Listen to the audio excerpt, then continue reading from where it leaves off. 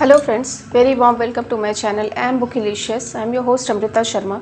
दोस्तों, आज मैं आपके साथ एक नए किताब का रिव्यू करने वाली हूँ और ये जो किताब है ये है रोंडा बर्न की द मैजिक। तो जल्दी से हम अपना वीडियो शुरू कर लेते हैं दोस्तों।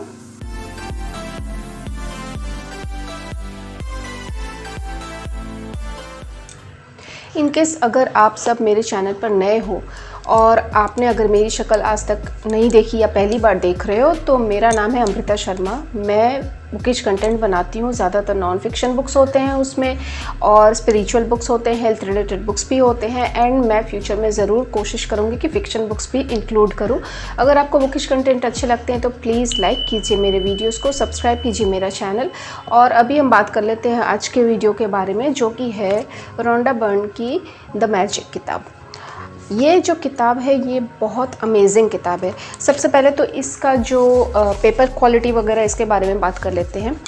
तो इसकी जो पेपर क्वालिटी है ये बिल्कुल, ये जो सीक्रेट बुक है इससे डिफरेंट है। इसकी पेपर क्वालिटी अलग है, बहुत ही हाई क्वालिटी है। और इसकी जो पेपर क्वालिटी है वो इससे बिल्कुल मिलती जुलती नहीं है। ये जो नॉर्मल जो बाकी के जो बुक्स होते हैं वैसी ही पेपर क्वालिटी है। अभी बात करते हैं इस किताब के बारे में। तो इस किताब में ऐसा है क्या? तो ज़्यादातर लोगों को इस किताब के बारे में तो बहुत कुछ पता है। लॉ ऑफ अट्रैक्शन की बात करती है ये किताब। ये किताब भी कुछ ऐसी ही है, पर इस किताब में ये मैजिक क्यों है? क्या है मैजिक? मैजिक का जो कुछ स्पेल रहता है जिससे मैजिक होता है, वो स्पेल क्या है इसमें, वो सारी बातें इसमें बताई गई हैं। तो मैजिक जो है वो है ग्रैटिट्यूड। हमें हमारे मन में हर एक चीज़ के प्रति जो ग्रैटिट्यूड, जो कृतज्ञता की भावना को रखना है। सुबह उठते हैं तो हमारे दिमाग में 50 टेंशन आके सर में बैठ जाती है, पर हम कभी भी एक बार के लिए सोचते हैं क्या कि हम अभी उठे हैं, ये नया दिन हमें मिला है, तो हमें इसके लिए ईश्वर को, प्रभु को या यूनिवर्स को थैंक यू बोलना चाहिए। तो एक एक दिन जो हमें मिलता है उसके लिए हमें बहुत ज़्यादा ग्रेटफुल होना चाहिए। तो कृतज्ञता की भावना को मन में रखना बहुत ज़रूरी है। कुछ भी है, जो कुछ भी है आपके पास, उसके लिए आपको कृतज्ञ होना है। तो ग्रैटिट्यूड का जो मेन मंत्र है वही इस किताब में है। और जो मैजिक स्पेल की बात कही है वो है थैंक यू। हर काम के बाद, हर चीज़ के बाद आपको मन में या लाउडली थैंक यू शब्द को बोलना है।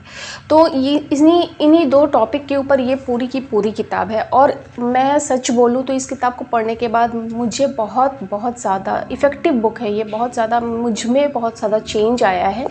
और मैं हर एक चीज़ में थैंक यू को ज़रूर, ऐसा नहीं कि मैं ऐसा नहीं करती थी, पर बहुत कुछ ऐसे बहुत छोटे छोटे चीज़ होते हैं जिस पर हमारा ध्यान ही नहीं रहता है। तो उन सब चीज़ों में भी आप थैंक यू को जोड़े। 28 दिन का एक पूरा रूटीन है इसमें। इस किताब को सिर्फ पढ़ना नहीं है, इस किताब के साथ साथ आपको सारी एक्टिविटीज़ करनी है। तो ये आपको पढ़ते पढ़ते ही सब कुछ सिखा देता है। तो मेन जो 10 शुरुआत के 10 जो चैप्टर है, मतलब 10 दिन का जो रूटीन करने के लिए बोला है ऑथर ने, उसके बारे में हम बात करेंगे सब। तो पहला जो चैप्टर है वो है, उसका नाम है काउंट योर ब्लेसिंग्स। सबसे पहले 10 जो ब्लेसिंग्स है हमारे लाइफ में, उसे हमें नोट डाउन करना है और उसे एक एक ब्लेसिंग को रीड आउट करना है। और एक ब्लेसिंग को पढ़ने के बाद हमें thank you thank you thank you 3 बार बोलना है। तो इस विधि को सुबह उठते ही हर एक दिन, मतलब 28 दिन करना है। तो ये सबसे पहला चैप्टर है। दूसरा जो चैप्टर है वो है मैजिक रॉक। जब हम रात को सोने जाएंगे तो एक मैजिक रॉक लेना है, पत्थर लेना है। वो पत्थर ज़्यादा ना बड़ा हो ना ज़्यादा छोटा हो, आपके जस्ट हाथ में आ जाए ऐसा पत्थर, उसे आपको लेना है।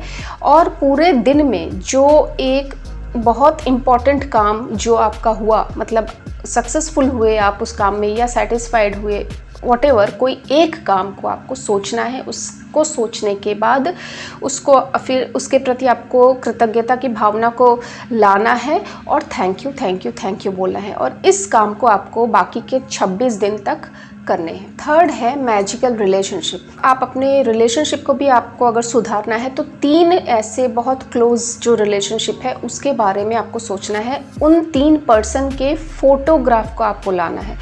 उन फोटोग्राफ को एक एक करके उस एक एक इंसान के 5 अच्छी जो खूबियाँ है उसे आपको याद करना है और उसके पीछे आपको थैंक यू भी बोलना है साथ ही साथ। और उस फोटोग्राफ को आपको पूरे दिन साथ में रखना है। पूरे दिन में जितनी बार हो सके आप उस फोटो को बाहर निकालें, उन 5 अच्छी चीज़ों को याद करें और थैंक यू बोलें।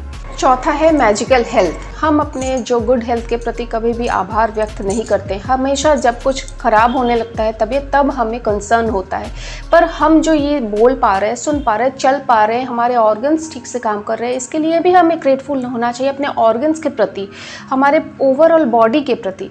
तो हमें एक पीस ऑफ पेपर लेना है, उसमें हमें कृतज्ञता की भावना को लिखना है और उसे हमारे पूरे दिन में 4 बार एटलीस्ट निकाल कर उसको रीड करना है और thank you thank you thank you 3 बार बोलना है। पांचवा है मैजिक मनी।